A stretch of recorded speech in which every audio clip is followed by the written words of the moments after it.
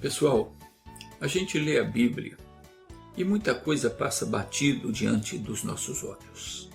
Muitas vezes coisas que não parecem ter a mínima importância são de extrema valia para a gente conseguir a bênção.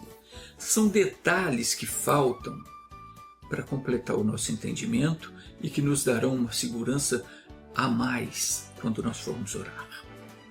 O apóstolo Paulo, na sua carta ao povo de Éfeso, ele disse o seguinte: por esta razão, dobro os meus joelhos perante o Pai, do qual toda a família nos céus e na terra toma o nome, para que, segundo as riquezas da sua glória, vos conceda que sejais corroborados, ou seja, fortalecidos, robustecidos, com poder, pelo seu espírito no homem interior. O verbo corroborar quer dizer também confirmar. Paulo orava pela igreja de Éfeso para que Deus confirmasse cada membro com o poder do seu espírito no homem interior. O que é isso? É no seu eu. Paulo orava para que você tivesse essa confirmação, essa certeza do poder de Deus em você. E o que mais? Ele diz aqui, e que Cristo habite pela fé nos vossos corações. Não é de outra forma, é pela fé. Agora, não é dizer Jesus está comigo, não. É você ter certeza que Ele está com você por dois motivos. Primeiro, porque você vive de acordo com a palavra. Se não vive, pode esquecer. Deus não está com você. Deus está com quem está na palavra dele. Se você vive de acordo com a palavra, Jesus falou, se alguém me amar, guardará a minha palavra. Meu Pai o amará, e viremos a ele e faremos nele morada. Aí você já sabe que guardar a palavra é você conhecer, é você crer e fazer o uso dela. A pessoa que vive a palavra, nessa o Espírito Santo de Deus habita. E segundo, que o Senhor prometeu a Josué, dizendo, como fui com Moisés, assim eu serei contigo. Não te deixarei, nem te desampararei. Essa promessa, ela também vale para mim e para você, e para todo aquele que crê. Jesus também disse, eis que estou convosco todos os dias. Agora tem um porém. O profeta Azarias, ele ensinou perfeitamente como é que isso funciona. Ele disse, o Senhor está convosco, enquanto vós estáis com ele. Se o buscardes, o achareis. Mas se o deixardes, ele vos deixará. Enquanto você estiver buscando a Deus, estiver meditando na palavra, orando, vivendo a palavra, ele está com você. No dia que você achar que você já sabe tudo, que você não precisa mais ler a Bíblia, não precisa mais orar, que pode relaxar porque se o bicho aparecer, você manda ele embora e pronto. Você está muito enganado. Se você deixar o Senhor, Ele te deixará. Parou de buscar a Deus, não sente mais vontade de ouvir a pregação, não tem mais vontade de orar, não tem mais tempo para ler a Bíblia, você já está longe de Deus. Então, voltando à leitura aqui, o apóstolo Paulo está dizendo, por causa disto, eu me ponho de joelhos perante o Pai de nosso Senhor Jesus Cristo, do qual toda a família no céu e na terra toma o nome, para que, segundo as riquezas da sua glória, vos conceda que sejais corroborados com poder pelo seu Espírito no homem interior, e que Cristo habite pela fé nos vossos corações, a fim de que, estando arraigados e fundados em amor, o que é isso? Uma coisa arraigada é o mesmo que enraizada, entranhada, fixa na pessoa, nos costumes dela. É algo quase inseparável. E para que eu e você precisamos estar desse modo? Para que possais compreender com todos os santos, quer dizer, com todos os que verdadeiramente servem a Deus, qual seja a largura, o comprimento e a altura e a profundidade e conhecer o amor de Cristo que excede todo entendimento, para que sejais cheios de toda a plenitude de Deus. Então não adianta a pessoa dizer, eu sou de Deus, eu estou com Deus, não. Se ela não tiver a plenitude de Deus, ela não é nada. Nós, os que cremos em Jesus, nós temos que ser pessoas cheias de toda a plenitude de Deus. Caso contrário, nós vamos ser apenas mais um religioso na multidão. A nossa busca, ela deve ser constante, sempre procurando aumentar no conhecimento da palavra, tendo no nosso homem interior corroborado, quer dizer, confirmado no poder do Espírito Santo. Nós só vamos ter voz ativa no mundo espiritual quando o nosso homem interior tiver esse testemunho de que realmente somos de Deus e de que estamos nele e ele está em nós. Tendo essa confirmação, nós podemos partir para enfrentar o nosso inimigo sem medo algum. Nós que estamos agora servindo a Deus, não podemos mais aceitar que temos que ficar de braços cruzados, sofrendo o mesmo que as pessoas sofrem, não. Nós temos que ter a manifestação do poder de Deus na nossa vida. Caso contrário, as pessoas vão dizer, não vão ver diferença entre nós e elas. As pessoas não vão ver diferença entre servir a Deus e não servir. Então, o que Deus quer é isso, é manifestar o poder dele na nossa vida para que nós sejamos pessoas confirmadas por ele. Então, ao contrário, quando a gente entende a largura, o comprimento, a altura, a profundidade do amor de Deus por nós, meus irmãos, a nossa fé cresce de tal forma que nada mais pode impedir de receber a bênção. O diabo tem tornado as pessoas religiosas. Ele tem feito com que elas fiquem pedindo passivamente, mas isso não resolve. E pior, é que muitas vezes ele usa meios de iludir a pessoa com trabalho, com um ritual, também não leva a nada. A pessoa deixa de crer na palavra e vai acreditar num objeto de gesso, de madeira, faz pedido como se aquilo ali pudesse ajudar, mas não pode. É apenas um objeto.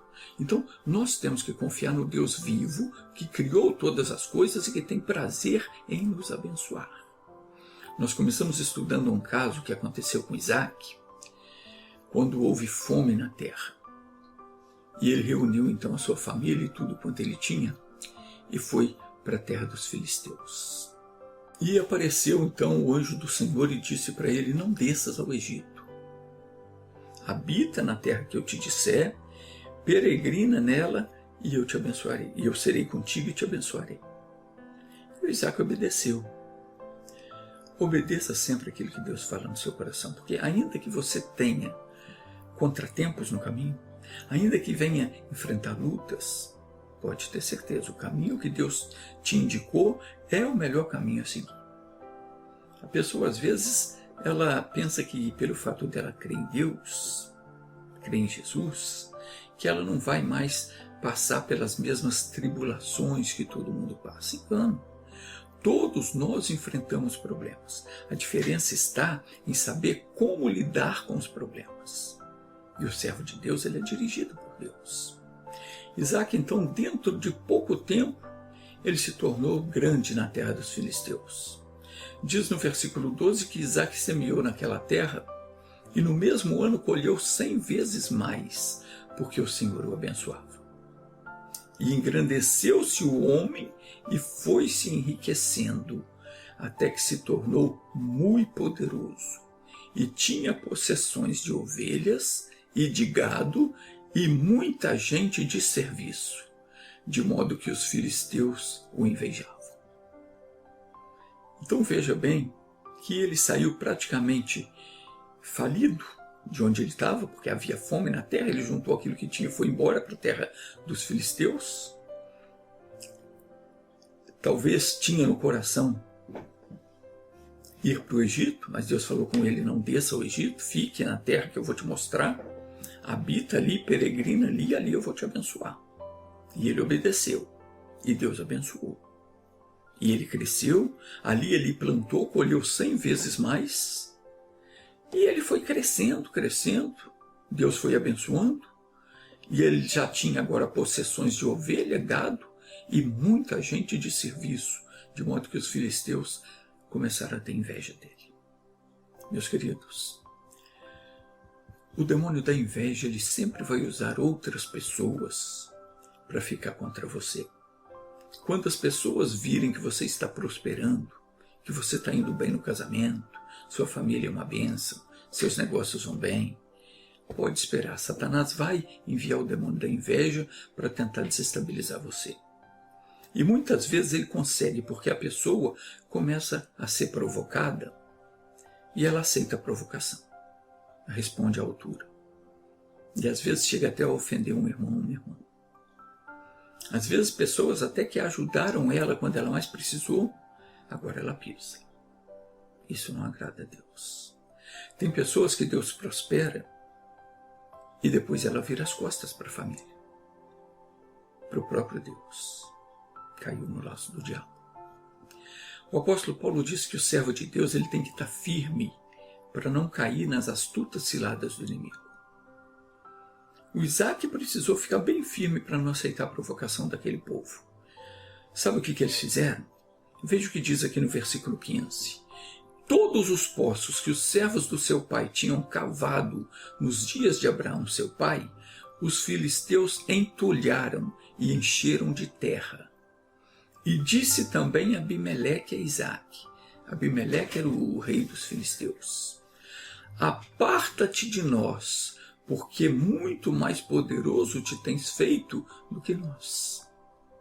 E então Isaque se foi dali e fez o seu assento no vale de Gerar e habitou lá. E tornou Isaque e cavou os poços de água que cavaram nos dias de Abraão seu pai, e que os filisteus taparam depois da morte de Abraão, e chamou-os pelo nome que os chamara seu pai. E cavaram, pois, os servos de Isaque naquele vale, e acharam ali um poço de águas vivas. E os pastores de Gerar porfiaram com os pastores de Isaque, dizendo: essa água é nossa. Por isso chamou o nome daquele poço Ezeque, que significa contenda, porque contenderam com ele. E então cavaram outro poço, e também porfiaram sobre ele. Por isso chamou o seu nome Sitna, que significa inimizade. E partiu dali, e cavou outro poço, e não porfiaram sobre ele. Por isso chamou o seu nome Reobote, que significa alargamento. E disse: porque agora nos alargou o Senhor e crescemos nessa terra. Meu irmãozinho, minha irmãzinha, às vezes acontecem coisas na nossa vida que nos tira do conforto, que nos obriga a sair do lugar onde estamos. Eu estou falando espiritualmente, não do lugar físico, mas da posição espiritual em que nos encontramos. Porque muitas vezes a gente vai se acomodando na vida. E com Deus também não é diferente. E Deus dá um chacoalhão para a pessoa ver se acorda. Isso porque Deus tem um plano na nossa vida. Tem coisas que Deus quer fazer na sua vida e que não pode ser feito se você continuar dormindo espiritualmente. Se você continuar na posição espiritual que você está. Então, às vezes, Deus manda fome na terra. Quer dizer, entenda que eu estou falando de coisas espirituais, não físicas. Às vezes Deus manda uma certa situação, permite que uma certa situação aconteça para que a gente desperte. Isaac foi obrigado a sair de onde ele estava para ir na terra dos filisteus. Lá ele encontrou mordomia? Não, ele teve luta, ele teve problema, mas ele venceu. E venceu por quê? Porque ele obedeceu à voz de Deus. E não se abriu para o pecado. Quer dizer, não desceu ao Egito, que simboliza a terra do pecado. Então, preste atenção nas coisas que você tem visto e ouvido. E quando você lê a Bíblia, preste atenção. Você quer vencer?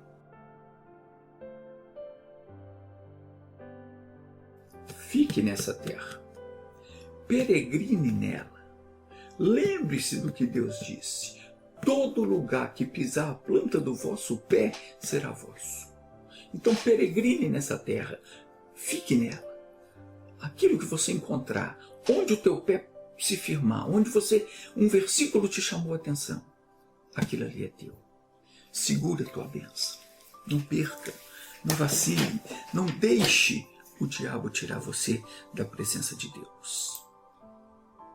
Aquilo que você descobrir na Escritura te pertence.